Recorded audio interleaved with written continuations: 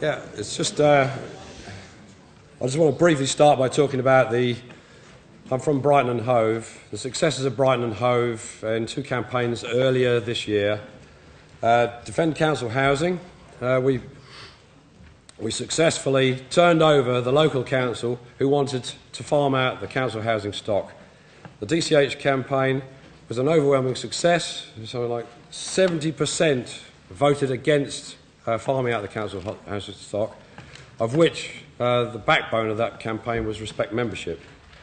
We then decided to follow up with a campaign at the local elections, and we did very respectably in two wards, where we did very well in one ward and very respectably in another ward. And following on from that, it enabled one local TNG delegate at the TNG Unite conference to explain to conference what had been going on locally, and then pose the question, why does this union continue to give money to one organisation that supports privatisation of council housing but refuses to support an organisation that actively campaigns on issues which are in tune with the aims and objectives of our union? There was no reply, incidentally.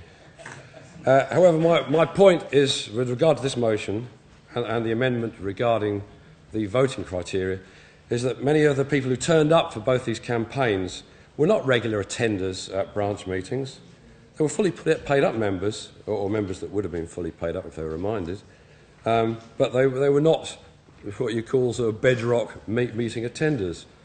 But however, at our last meeting on the 6th of this month, where there was a considerable number of members who, because of what had been going on, were sufficiently concerned to turn up, the non-aligned, the non-partisan, for want of a better word, and who had been active in these campaigns, they voted overwhelmingly to support this conference against the people who were many of them who were regular attenders, but whose politics had led them to argue for support for the alternative conference. So what I'd like to call on the proposers of this motion is to change the eligibility criteria in terms of attendance, and instead of being able to vote, to use the word, and be able to stand for delegates to conference, branch officers, etc., etc. That's all I've got to say.